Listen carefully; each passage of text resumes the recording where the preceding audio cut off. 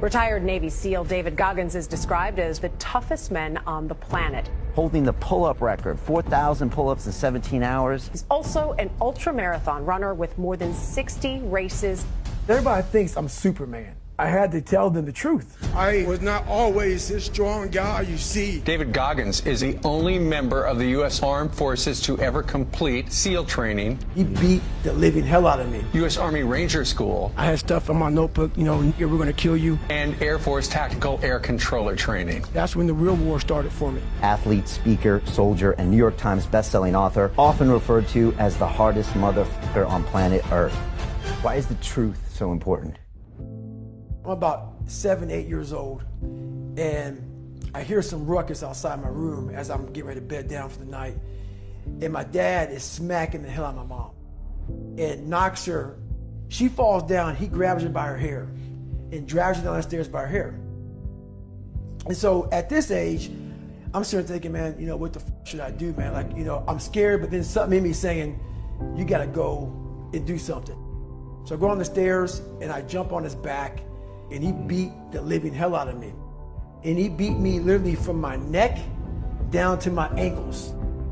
The next morning, I was gonna go to school half the day. My mom woke up and she pulled the covers back. And when she saw how bruised I was, I'll never forget looking at her face. She was broke, like she was just broken. My mom got courage to finally leave him when I was about 8 years old. We moved to a small town in Brazil, Indiana, and that's when the real war started for me. There was about maybe 10 black families at about 10,000 people in the town. And in 1995, the KKK marched in the 4th of July parade. So me being one of the few black kids in that, in that area, it kind of haunts you. I had stuff on my notebook, we're gonna kill you. They had that on my card, we're gonna kill you. This is early 90s. And even though I showed it didn't hurt me, it was jacking me up. So all the insecurities I had when I was a kid with my father, it just got worse and worse and worse. And the shit haunted me, but I was doing nothing about it. And so my mom and I, she was gone working 3 jobs. We lived in a $7 a month place for a lot of the time. And she had a hard way to go. I kept everything from her pretty much. I felt like I was a man of the house. So I didn't want her to know anything about my life. I cheated all through school, copied from the 4th grade to my junior year in high school on every assignment. She got a letter in the mail from my high school. And I'm a junior in high school, and the letter says pretty much your son's gonna flunk out. He's missed 25% of school. But she was always gone, so I didn't went to school. She read the letter to me, she put my bed, and I broke. I couldn't imagine going back through that again. And I started finding things that was comfortable. And the more things I found comfortable, the more uncomfortable my mind was. And I gained 125 pounds in that time frame. I went from 175 to almost 300. And I started working for a job called Ecolab, where he sprayed for cockroaches at 24. Driving home, turned the TV on, and I was taking a shower. I walked out, heard these guys. I saw these guys going in the water, so I was terrified of it. I mean, I can't even express. And these guys ringing the bell, quitting, dropping their helmet down, rolling out. A lot of guys just leaving. And it made me reflect on my fears, my insecurities.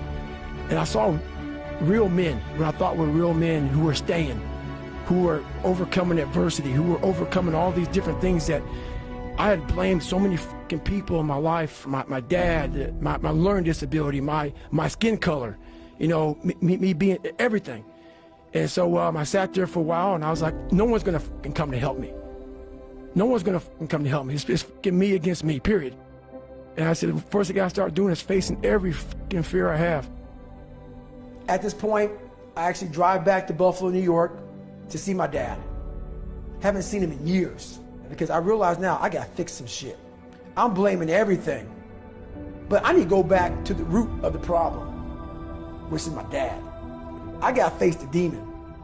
I gotta go back and see what made him so fucked up to make me so fucked up. Why am I fucked up? And I go back as an older man now. I'm in my 20s. I'm not a kid anymore. And I realized he was the same man that he was. I looked at him in a way, we never said sorry to one another.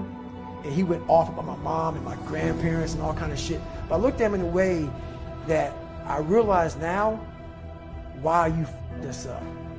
Somewhere in your fucking life, something f***ed you up, and you didn't deal with it. And so you put that shit on me, my mom, and everybody around you. I'm gonna deal with my shit. You gave me this. I'm gonna fix it though. I go home, several months go by. What it was, I was obsessed with Rocky.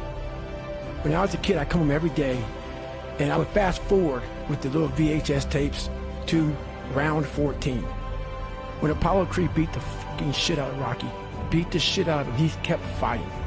He was a dumb fighter. That was me. Couldn't read, couldn't write.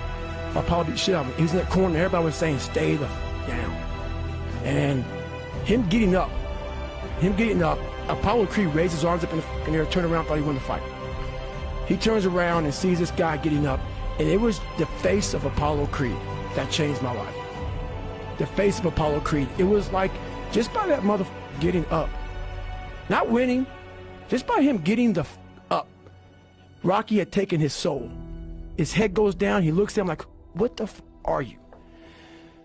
But it said, this motherfucker is gonna keep coming after whatever the f is in front of him. I want it to be that.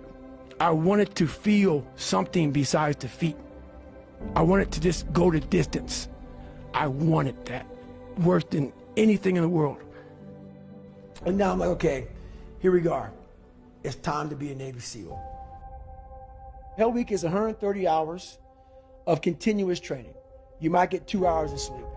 And what it does is, it's designed to break a man. If you only fix the surface, you will never get through Hell Week. We're all, a lot of us are going through a hard time in life. Some people have been bullied, some people are just stressed out, some people are insecure. And the world puts a lot of this shit in your mind. It's not just you. I had to develop a mindset that was indestructible. I had to armor plate my mind. It's about what you're saying to yourself, but it also comes with work. We have a factory, a nice governor in our brain, and it's a survival mechanism. It protects us from pain and suffering. The second we feel that shit, our mind says, oh no, this isn't fun. We should back off. We should sit down, find something more comfortable. It knows what you're afraid of. It knows your insecurities. It knows your deep, dark lies. And it starts to push you away from that shit. It pushes you in a direction that is comfortable. This is the time where you have to gain control back of your mind. I had to build calluses in my brain the same way I built calluses on my hands. The only way I can turn around is put myself through the worst things possible a human being can ever endure. And that'd be the only way that I can build this brain to handle anything that comes in front of it.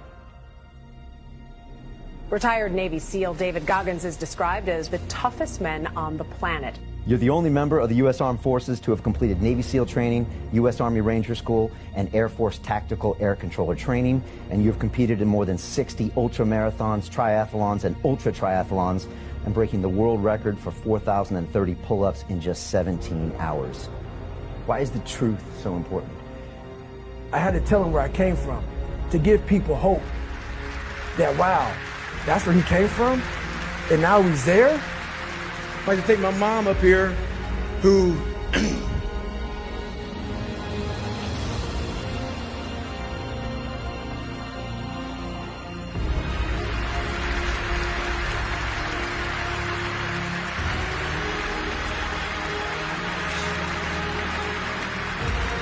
never picked me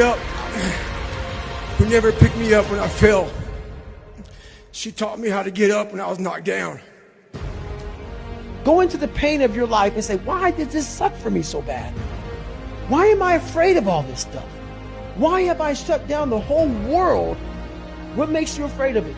Study it. Because at times of hell, even the hardest men, we forget how hard we really are. Suffering is the true test of life. You face it every day. You face it every single day of your life. The only way you're ever going to get to the other side of this journey is you have got to suffer to grow. But a lot of us die never truly starting our journey.